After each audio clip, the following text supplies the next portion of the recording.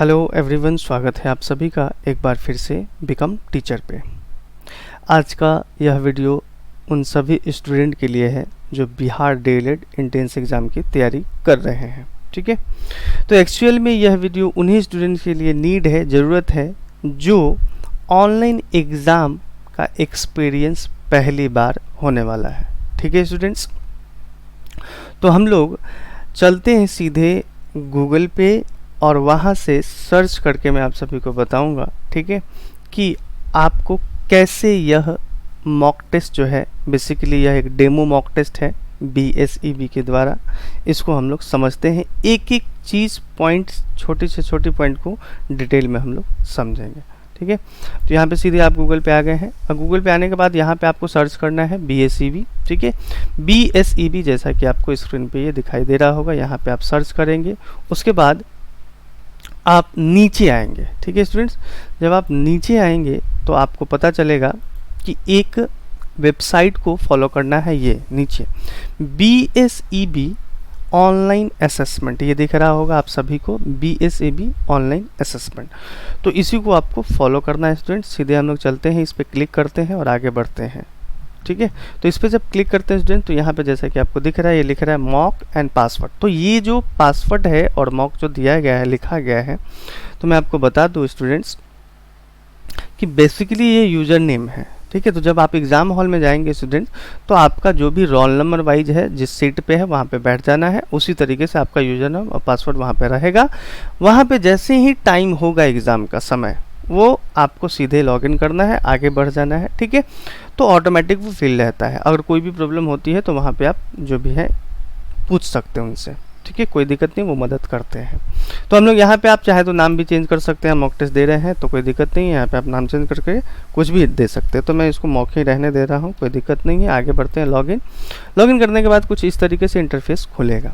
अब देखिए ऑनलाइन और ऑफलाइन में क्या अंतर है। काफ़ी स्टूडेंट्स ऑफलाइन में कंफर्टेबल फील करते हैं, ठीक है, और काफ़ी ऑनलाइन में अनकंफर्टेबल। लेकिन मैं आप सभी को इसका फ़ायदा बताऊंगा कि ऑनलाइन के एग्ज़ाम के फ़ायदे क्या हैं। ठीक है, ऑनलाइन एग्ज़ाम का फ़ायदा की अगर बात की जाए बेनिफिट्स की, तो आपको यहाँ पे समय बच जाएगा, 10 से 15 मिनट तक समय बच जाता है। कैसे? जो आप OMR शीट में ऑफलाइन में गोला भरते हैं, ठीक है, OMR शीट में, तो वहाँ पे आपको 15 मिनट से लेकर 10 मिनट, 10 से 15 मिनट का समय चाहिए ही फिल करने के लिए। नंबर ऑफ क्वेश्चन पे डिपेंड करता है, समय बढ़ जाएगा जितना ज़्यादा क्वेश्चन रहेगा। ठीक है, तो आपको समय लग सकता है वहाँ पे 10 से 15 मिनट। ठीक, लेकिन ऑनलाइन एग्ज़ाम में ये आपका समय बच रहा है यहाँ पे। दूसरी चीज़ कि अगर मान लीजिए आपने गलत आंसर भर दीजिए OMR शीट में, ठीक है, अगर आप उसको सुधारना चाहते हैं तो वो तो नहीं सुधर पाएगा ना, लेकिन ऑनलाइन में तो आप इसको सुधार सकते हैं। मेरे हिसाब से इसके फायदे हैं, आपका समय बच रहा है।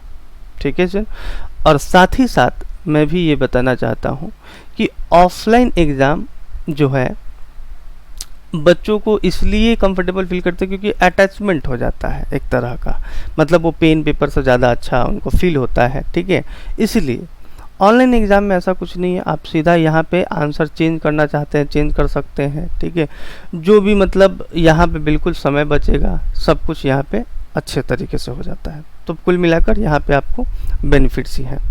तो इस पर अब हम लोग बात कर लेते हैं स्टूडेंट्स। यहाँ पे जो कहा गया है कि एग्ज़ाम सेंटर, ये बेसिकली ये बिहार विद्यालय परीक्षा समिति जो है उसके तरह से ये डेमो एक है, मॉक टेस्ट कह सकते हैं, ऐसे ही रैंडमली दे दिया गया है। Exam centre, duration, maximum marks, ये 30 मिनट यहाँ पे है और 25 मार्क्स है मैक्सिमम। तो आप लोगों का एग्ज़ाम जो स्टूडेंट्स है वो 2.5 घंटा का होगा और 450 मार्क्स का है मैक्सिमम। 150 क्वेश्चन रहेंगे, एक क्वेश्चन पे 3 मार्क्स और एक गलत क्वेश्चन आंसर पे 1 मार्क्स कट जाएंगे। ठीक है, तो यहाँ पे हम लोग आगे बढ़ते हैं और आगे समझते हैं। अब ये चीज़ आगे बढ़ने के बाद इसमें कुछ आपको इंस्ट्रक्शन दिया गया है। ठीक है, जो मॉक टेस्ट होने वाला है अबाउट क्वेश्चन पेपर इस तरीके से। ठीक है, आगे उसको क्वेश्चन में आपको मैं समझा दूंगा। तो आपको I am ready to begin करने से पहले यहाँ पे आपको एक्सेप्ट करना होगा। ठीक है, यहाँ पे जैसे कि मैं बताना चाहूँ, यहाँ पे मैं दिखा दूँ, आपको ये एक्सेप्ट करना होगा। उसके बाद आप क्या करेंगे, I am ready to begin कर देंगे। ठीक है। I am ready to begin करने के बाद इस तरह का इंटरफेस खुल गया। यहाँ पे नेम, सेंटर ये आ गया है, रिमेनिंग टाइम बता रहा है। अब रिमेनिंग टाइम का मतलब आपका अब समय उल्टा चलता है, मतलब बचा हुआ समय बताएगा कि मेरे पास कितना बचा है। ठीक है, तो देखिए 30 मिनट का था, 44, 43 से काउंट होने लगा, स्टार्ट हो गया है। अब यहाँ पे देखिए ये दिया गया है जनरल नॉलेज, मतलब ये एक सब्जेक्ट है, ऐसे ही दिया गया है। 1 से लेके 25 क्वेश्चन है इसमें।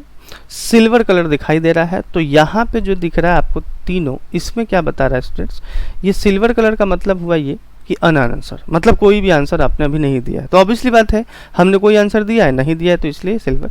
ग्रीन का मतलब हुआ कि आपने, अगर ये ग्रीन हो जाएगा तो आपने आंसर दे दिया है।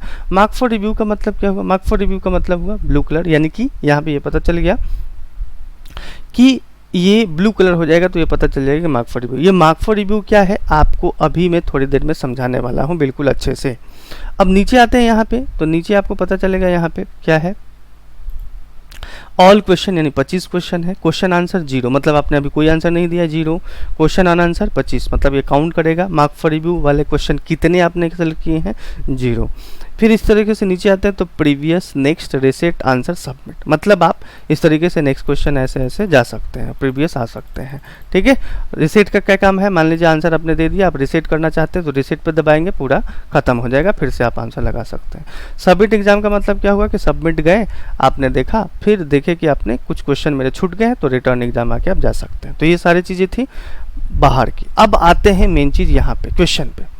क्वेश्चन हमने देखा, पहला क्वेश्चन है आपकी स्क्रीन पे कि where was the first cotton mill established in India.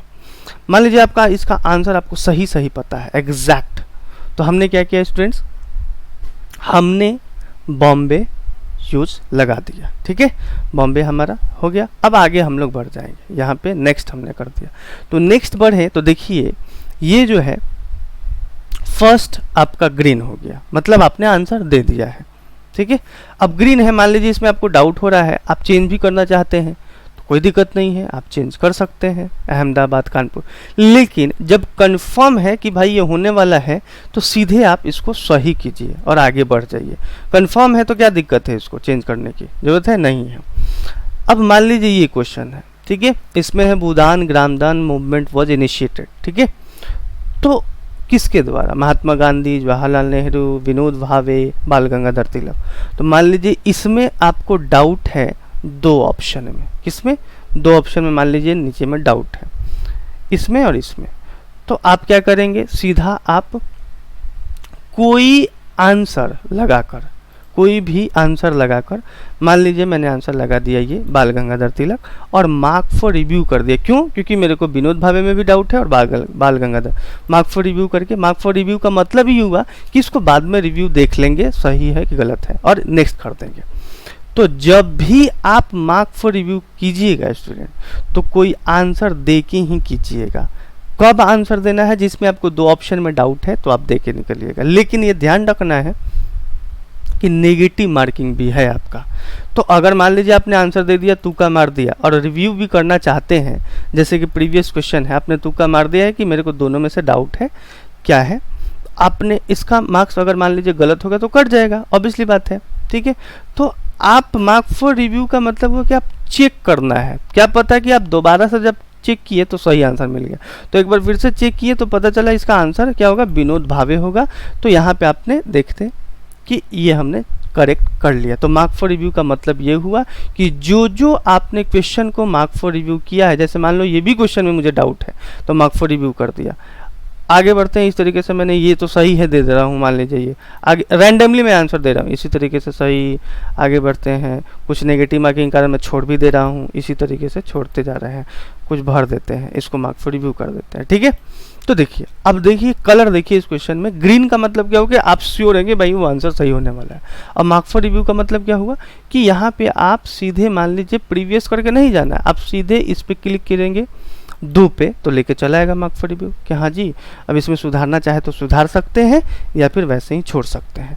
अगर आपने 8 नंबर पे जाना है तो सीधे 8 नंबर पे जाएंगे, इसको सुधार सकते हैं। 3 नंबर पे जाए सीधे सुधार सकते हैं। नहीं भी सुधारे, मान लीजिए आप नहीं भी सुधारें तो वो आपका आंसर काउंट होगा। ठीक है, आंसर काउंट होगा। ठीक है स्टूडेंट्स, ये घबराने वाली कोई बात नहीं है। अब मान लीजिए कि किसी भी क्वेश्चन को हमने, जैसे कि एक क्वेश्चन है ये, इसको बिना आंसर लगाए हुए मैंने मार्क फॉर रिव्यू कर दिया यहाँ पे, ठीक है, और उसके बाद आगे बढ़ गए। तो देखिए आपने कौन सा क्वेश्चन मार्क फॉर रिव्यू किया है नहीं पता, तो आप सीधे इस पे चेक करेंगे, क्लिक करेंगे 3 पे 6 पे, तो देखिए आपने बिना आंसर लगाए ही मार्क फॉर रिव्यू कर दिए हैं।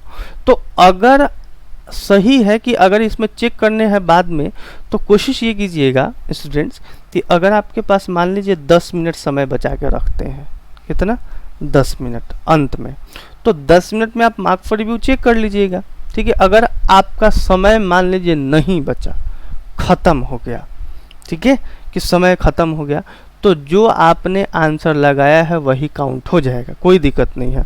मार्क फॉर रिव्यू का मतलब ये नहीं हुआ कि मैंने आंसर मान लीजिए मार्क फॉर रिव्यू कर दिया है और आंसर ये 3 लगा दिया, मैं कंफर्म हूँ कि ये सही होगा या तो 3 सही होगा, तो चलिए रिस्क ले लेते हैं कि ये तीसरा सही होगा, मान लेते हैं। इसी तरीके से मैंने क्वेश्चन भी नहीं पढ़ा है और आपने इसको सबमिट कर दिया, तो बच्चों ये आंसर काउंट होगा, ठीक है। ऐसा नहीं है कि मार्क फॉर रिव्यू का काउंट नहीं होगा, ये काउंट होगा, बस यहाँ पे ये दिखाने के लिए किया गया। तो अब यहाँ पे आप देख सकते हैं कि ऑल क्वेश्चन 25 है, क्वेश्चन आंसर 6 है, क्वेश्चन अनआंसर 19 है, मार्क फॉर रिव्यू। तो आपने 25 क्वेश्चन में से 6 आंसर दिया, 19 नहीं दिया है।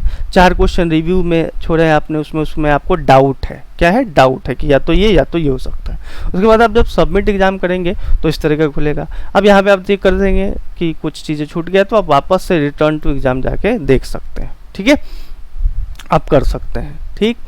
तो मुझे लगता है कि इस वीडियो में आपका कोई भी डाउट नहीं बचा होगा, ठीक है स्टूडेंट्स। अगर फिर भी कोई डाउट बच रहा है स्टूडेंट्स, तो आप सभी कमेंट जरूर कीजिएगा, मैं उसकी पूरी रिप्लाई करने की कोशिश करूँगा, ठीक है।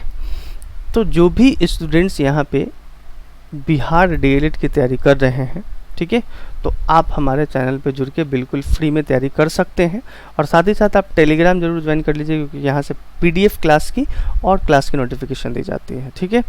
और चैनल को जब ओपन करेंगे तो प्लेलिस्ट बना हुआ है सभी सब्जेक्ट का, स्टूडेंट सभी विषय की यहाँ पे तैयारी कराई जाती है।